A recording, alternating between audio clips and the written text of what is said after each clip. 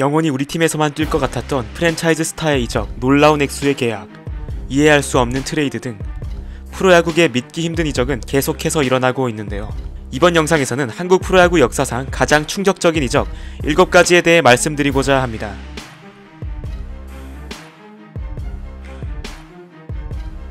(2012년부터) KBO 6시즌 연속 30홈런을 기록하고 있던 박병호는 2020년과 21년 연속 타율 2할 2푼대를 기록한 채 FA 시장에 나오게 됩니다. 에이징 커브가 뚜렷했던 당시 대박을 기대하긴 어려웠고 키움과의 협상도 지지부진했죠.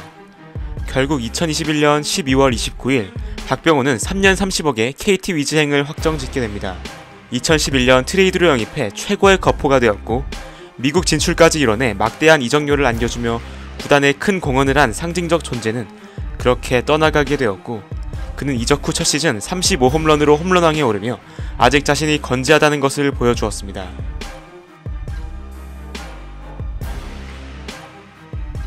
(2004년) LG의 새 감독으로 이순철이 부임한 이후 구단은 팀의 베테랑 선수들을 하나둘씩 정리합니다. 류지현과 서영빈은 은퇴 수순을 밟았고 김재현은 부상 재발 시 책임 소재에 대한 각서를 강요받은 것에 반발해 SK로 이적했죠. 그리고 2004년 1월 14일 누구보다 LG 트윈스를 사랑했던 야생마 이상훈마저 SK 와이번스로 트레이드 되는데요. 그의 취미였던 기타 연주가 팀 분위기를 해친다는 이유로 감독과 마찰이 생긴 것이 명분으로 작용했습니다.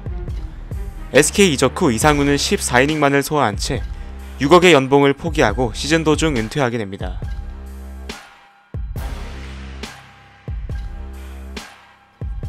현대와 히어로즈를 거치며 프랜차이즈 스타로서 입지를 구축해 나가고 있던 이태근이 2009 시즌 이후 사실상의 현금 트레이드를 통해 LG로 이적한 것도 충격이었습니다.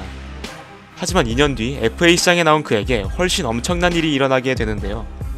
우선 LG와의 협상에서 구단 제시에게 실망한 이태근.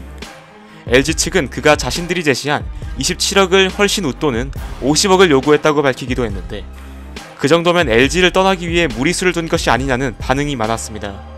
그러던 2011년 11월 20일 그가 친정팀 넥센과 진짜로 4년 총액 50억 원의 계약을 맺게 됩니다. 당시 심정수에 이어 역대 2위에 해당하는 규모였죠. 이 놀라운 계약 이후 FA 시장에서 선수들의 몸값은 점점 치솟게 되었으며 50억이라는 액수에 대한 심리적 저항선도 깨지게 됩니다.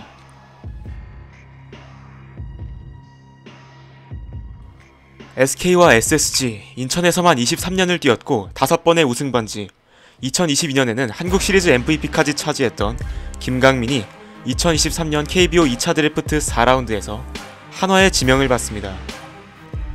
최주환과 박정훈이 풀린다는 것에만 주목하고 있었지만 막상 뚜껑을 열어보니 김강민이 팀을 옮기게 된 것입니다. 팬들과 동료 선수들은 큰 충격을 받았고 SSG 프런트는 설마 지명할 줄 몰랐다는 식의 면피성 인터뷰를 하며 논란은 더욱 커지게 되죠. 결국 구단은 감독에 이어 단장까지 교체하는 수순을 밟았고 선수생활 연장을 결심한 김강민은 2024년 한화 이글스의 선수로 활약할 예정입니다. 낙천적인 성격과 뛰어난 공격 생산력을 바탕으로 롯데 팬들의 엄청난 사랑을 받았던 간판 포수 강민호.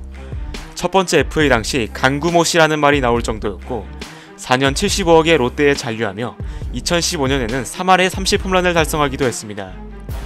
2017 시즌 종료 후 다시 FA가 된 강민호는 협상이 좀 길어지긴 했지만 당연히 롯데에 잔류할 것으로 예상되었는데요. 하지만 2017년 11월 21일 4년 80억에 강민호가 삼성으로 이적한다는 소식이 전해지고 모든 야구 팬들은 자신의 두 귀와 두 눈을 의심했습니다.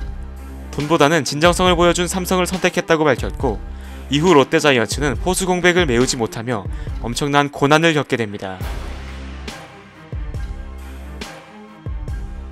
1998 시즌 종료 후 팀의 상징적 존재였던 삼성의 양준혁과 해태의 임창용이 유니폼을 바꿔 입습니다. IMF 외환 위기로 인해 심각한 재정난에 시달렸던 해태는 현금이 필요한 상황이었고 우승을 위해서 강력한 마무리 투수가 필요하다고 판단한 삼성은 임창용을 원했던 것인데요. 양준혁은 트레이드를 거부하며 메이저리그 진출 의사를 밝혔고 이후 해태행이 확정되자 은퇴까지 고려하게 됩니다. 김응용 감독의 설득과 1년 뒤 타팀으로 보내주겠다는 약속을 받고 이적에 동의하게 되었죠. 막상 해태에 가서 커리어 첫 3할 30홈런 100타점을 달성하며 훌륭한 시즌을 보냈고 이후 LG를 거쳐 2002 시즌부터는 FA를 통해 다시 삼성에서 활약하게 됩니다.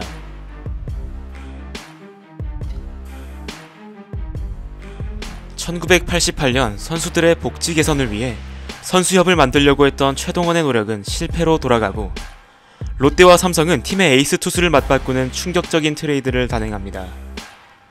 사실상 선수역 조직 시도에 대한 보복성 트레이드의 성격을 띠고 있는, 있어서는 안 될 사태가 벌어진 것이죠.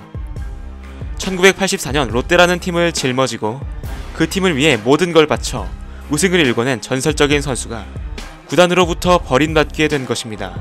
최동원은 이적 이후 방황의 시간을 겪게 되고 제대로 된 은퇴식도 없이 32살에 이른 나이에 은퇴하게 됩니다.